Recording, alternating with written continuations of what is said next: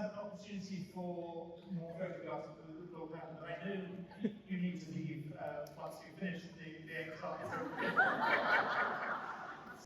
I was grateful to you for remembering my 80th birthday. You may remember, some of you, my spokesman when I was in Hong Kong, who was a wonderful Australian called Kerry McGlynn. And a couple of days after I'd reached the age of 80, I had a phone call from him to say, I want to congratulate you on your OBE. I have to admit that for a moment or two I thought to myself, should I get more than the OBE? And Kerry said, no, what it means in Australia is Over Bloody 80. Now I've got to leave at about 7:30 tonight, but for another OBE reason, my wife, and we've never talked about Amy's age, but she reaches the same age shortly, and her whole extended Australian family are here this weekend, and I have to go back to have a meal with them and to see if there's any, I hope there aren't any Australians in the audience, see if there's any alcohol in the house by the time I get home. But I do want to thank you for being so kind. And it's very relevant to the first point I wanted to make, that I've done a lot of things in my life. I've been very, very lucky. I've ping-ponged around the world. I had senior jobs here and in Europe, and in the academic world. But the 5 years I spent in Hong Kong with my wife and family were the happiest years of our life. It's as simple and straightforward as that. And there's a lesson in that which, if any of you get around to reading my diaries, you'll understand.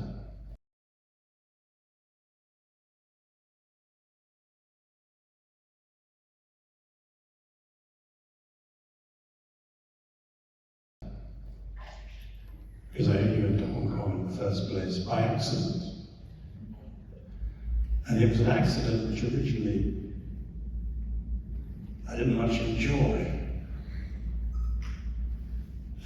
I was supposed to be becoming the Chancellor of the Exchequer, the Finance Minister in John Major's government. But unfortunately, I lost my seat in the election, which I'd helped to organise. And as Hadley Stevenson once said, it was like the little boy who banged his toe on the end of the bed. It was too painful to laugh, but I was too old to cry. And John Major and I talked about what I might do. And he made lots of very flattering suggestions. And then he suggested that I might go out and be the last governor of Hong Kong. And I pretended that I wanted to go away and think about it. Well, I knew straight away that I wanted to do it. And the reason why I say all that is because there's a wonderful lesson in that life, which is contained in a phrase of Shakespeare. As you like it, I think. Sweet are the uses of adversity. Things seem to have gone wrong, but the result of them seeming to go wrong. I did the most exciting and important job, and interesting job, and some other jobs to follow, I could ever have expected to do. And my wife, if she was here this evening, rather than importance for the Australians, my wife would said so. And so with my kids, including my youngest daughter Alice, who will be with us this evening, who did all her secondary education in Hong Kong, and was certainly, I think, the best educated of all my children. Don't tell the others. So I was very happy to be in Hong Kong. I had a wonderful life there. Being, as it were, the mayor of one of the greatest cities in the world, and having the almost impossibly complicated job of negotiating with the Chinese Communist Party, the combination meant that I was never, ever bored. But what I learned in Hong Kong was two things. When you're, I don't want to sound too much like a bishop, but when you're in doubt about what to do what you think is the right thing to do. And that was the way I tried to tackle the problems that I faced in Hong Kong and the problems I later faced, for example, reorganizing the police and the security services in Northern Ireland. And secondly, what was wonderful about Hong Kong was the things I talked about. What made Hong Kong such a special place?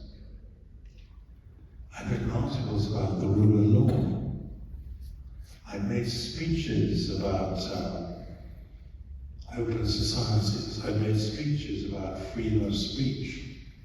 I've made speeches about the values of liberal democracy. But in Hong Kong we saw that in action. As we saw what it had done in an Asian city with no natural resources to speak of, but just with its own indomitable Chinese people.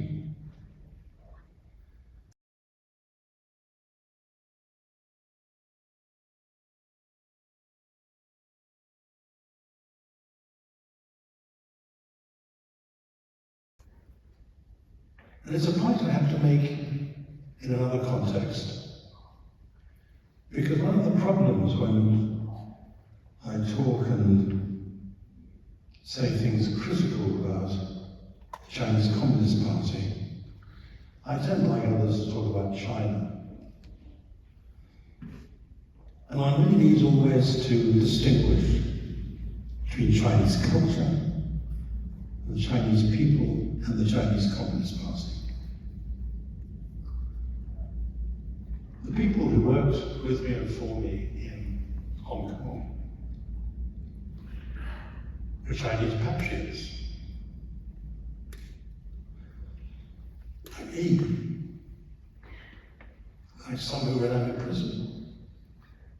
But they didn't define their patriotism in terms of how they lined up to support a sort of corrupt Leninism, which is the price and the burden which Hong Kong has to pay today.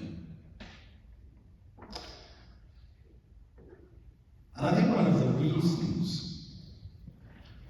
why the Chinese Communist Party has been so intent on trashing the things that have made Hong Kong such a special place is because they're rather frightened of them.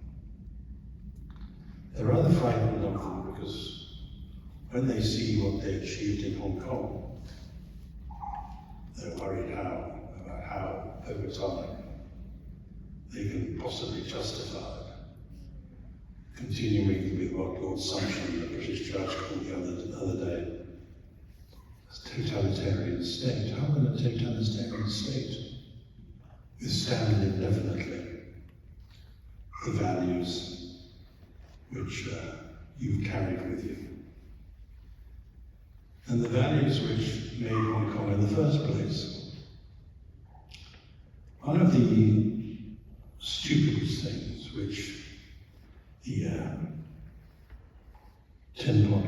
and Hong Kong doubtless encouraged by Beijing have done, is to say that Hong Kong was never a colony, and nobody, or at least myself, seeks to defend the concept of colonialism today. But they say it was never a colony. Hong Kong was occupied territory. And they didn't stop, don't allow others to stop, and say, well, who occupied it? The people who occupied Hong Kong were refugees on the whole from communism in mainland China. Your families, others who crawled over barbed wire, who swam through dangerous waters, who stowed away like Jimmy Lai on a boat to find refuge, and this is what I think sticks in the craw for Chinese communists, to take refuge in a British colony. Can you imagine what the moral and political effect that is, recognizing that? If you think that communism is the creed which the whole world should embrace with enthusiasm, despite how much appalling misery is done. So I learned in Hong Kong, in practice, what I thought I knew about intellectually, knew from books, I hadn't really practiced myself. And I saw people, I still see people today, who have suffered because of that in a way I've never had to. I agree with Jimmy Lai about freedom of speech. I happen to agree with him about some religious issues as well. I agree with him about freedom of speech. I've never had to spend hours, days, weeks, months in prison because of it. I believe in freedom of speech within sensible constraints, unlike Mr. Musk. I believe in freedom of speech. But I've never had to make the sort of sacrifices which 10 Hong Kong journalists are having to make today. Journalists who are in prison cells because they believe in being journalists, trying to tell the truth. Almost 3 times as many of that, according to an organisation called Reporters Without Boundaries. Almost 3 times as many as that accused under the national security law of various ridiculous charges. Well, not ridiculous if you're dealing with the gimcrack courts in Hong Kong. So Hong Kong showed me that what I believed in intellectually was actually how the best sort of societies work. Now we face today the question of how to construct our relationship as well as we can with the Chinese Communist Party. There are several things that we know. And one is that, like MI6, like the Parliamentary Intelligence and Security Committee, like similar organizations in America and Europe, the way China behaves is a threat. That's not Cold War talk. It's simply describing the way that China sees the intense struggle which it's asked its cadres to fight against what you and I believe in. Intense struggle. So we have to be very careful about how we allow Chinese companies to invest in parts, secure parts, important parts of our own infrastructure. We have to be very careful about cybersecurity. In universities, we have to be very careful about the research collaboration we might be asked to do with companies that have one Chinese foot in the security industries, in surveillance, for example. That's not being aggressive to China, it's being defensive about the threats posed by Chinese communism. Now, of course, it's true that we have to find ways in which we can cooperate and get on with China when there are global issues, state, like climate change, like improving trade. When we do that, our leaders, our politicians, have to recognize that the Chinese Communist Party does not have a record, which encourages you to trust them. And there's perhaps no better example of that than Hong Kong. The Chinese Communist Party signed a treaty with the UN to guarantee Hong Kong's way of life, and they've claimed local autonomy 50 years after 1997. And they've trashed it. Say, oh, well, it's only a historic document. So,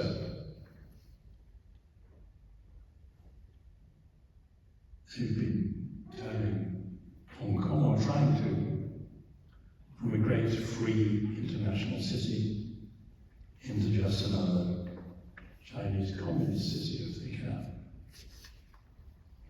And that's something we have to go on pointing out to the world and pointing out to our own government.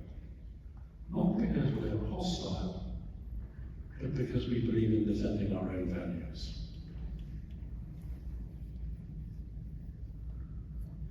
A few months ago, a couple of months ago, I was invited by some of the churches in and around Oxford to go and speak at a meeting with local Hong Kong diaspora members. And there must be nearly 1,000 there. And there were three things that struck me. The first is how right we have been to introduce the BNO passport scheme, and how we had to make that as generous as possible. For example, today, opening up opportunities at our universities to families in the BNO scheme to claim domestic status when going to university. Secondly, I realized how much we were going to owe members of the Hong Kong community. All of you, all of them, were doing things which are immensely important for our society and well-being in Britain. When I said to people, why did you make that sacrifice? And again, with the sort of repetition which underlined the truth of what they were saying. Again and again they said, because we want to bring up our children in freedom. And as long as that is what motivates people, Hong Kong is going to be the winner. Because that is something which no Leninist, no third-rate policeman can ever cope with for very long. Sometime maybe at the age of 80, I guess,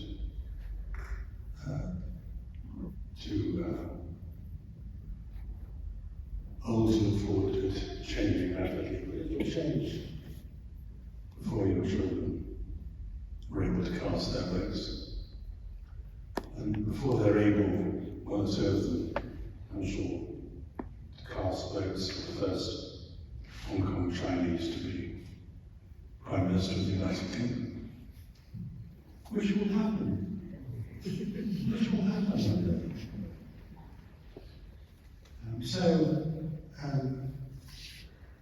I think we have to avoid being delusional about China.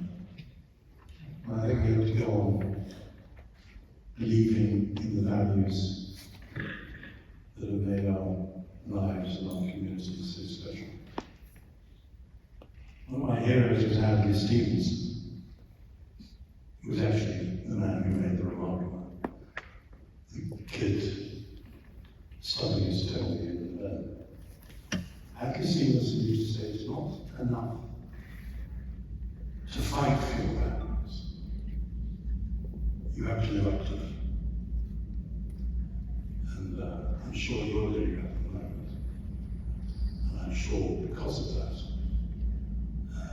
Hong Kong will one day, once again, be the greatest urban example of how free men and free women can create a great city without any resources except their own integrity and principles and hard work.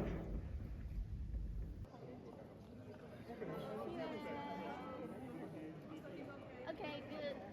So what's your best subject at school? Math.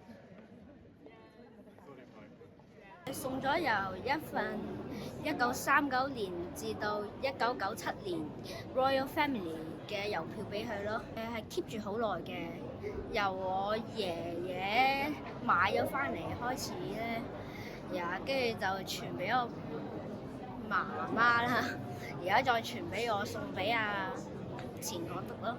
我講咗多謝佢對香港仲有英國嘅忠心咯，俾咗啲片佢離開香港，跟住仲有嗰啲儀式咧，俾我睇下咯，感動，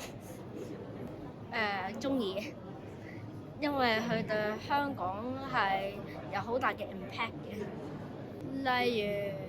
佢當時幫香港跟住做啲 political changes 啦，跟住仲有接見英女王過嚟香港啦。公公年代嘅郵票，我公公年代嘅郵票啦，跟住就係我爹哋年代嘅郵票啦，咁跟住就去到我哋年代嘅郵票，咁而家就傳承到去即係 Marcus 呢個 generation 啦，咁所以即係代表4代人嘅一啲嘅禮物啦，咁可以咁講，係啦。咁入邊即係都有小朋友嘅生日卡嘅，仲有係啦，仲裝住咗佢哋親手寫嘅一個即係 birthday card 咁樣送俾彭定康，希望佢身體健康，每一日都咁開心嘅。即係由講到香港啲嚟，即係呼人買咁樣咯。即係我哋其實係由即係嗰個歷史原因，點解我哋會嚟到呢一度，咁就去同佢高呼一下。係啦，咁一啲舊嘅紀錄片都會同阿 Marcus 去睇翻當其時嘅情況係點啊，咁之後我哋需要爭取係點樣啊，咁香港人一路落嚟嘅努力啦，或者係啦，即係嚟到呢一度即係大家點樣，即係佢要努力讀書啦，咁我哋要努力工作啦，咁樣即係其實最主要講係嗰個源頭係點樣，我哋嚟到呢度。都叫係第一次，係因為當其時我都好細個，係啦，咁我都係仲讀緊書喺佢離開嘅時候，係啦，大家都好impress 睇到新聞我望佢離開跟住2位千金都即係好唔捨得香港，即係嗰個感情係即係對香港人或者對香港都睇得出係好有即係好真情流露啦，係啦，即係好想親自嚟多謝佢咁樣。近排都有幫一啲嘅即係比較年長嚟到嘅，即係因為讀大學嗰個問題，都見佢有即係幫手去爭取交本地學費啊。咁當然 BNO 呢個計劃，大家都即係好多謝佢啦，係啦。咁即係個跨黨派嘅一個支持咁樣，係啦。咁所以 that's why 我哋會有一個 opportunity 嚟到呢一度，工作同埋讀書咁樣係。Well, it won't stop, I can assure you. Thank you.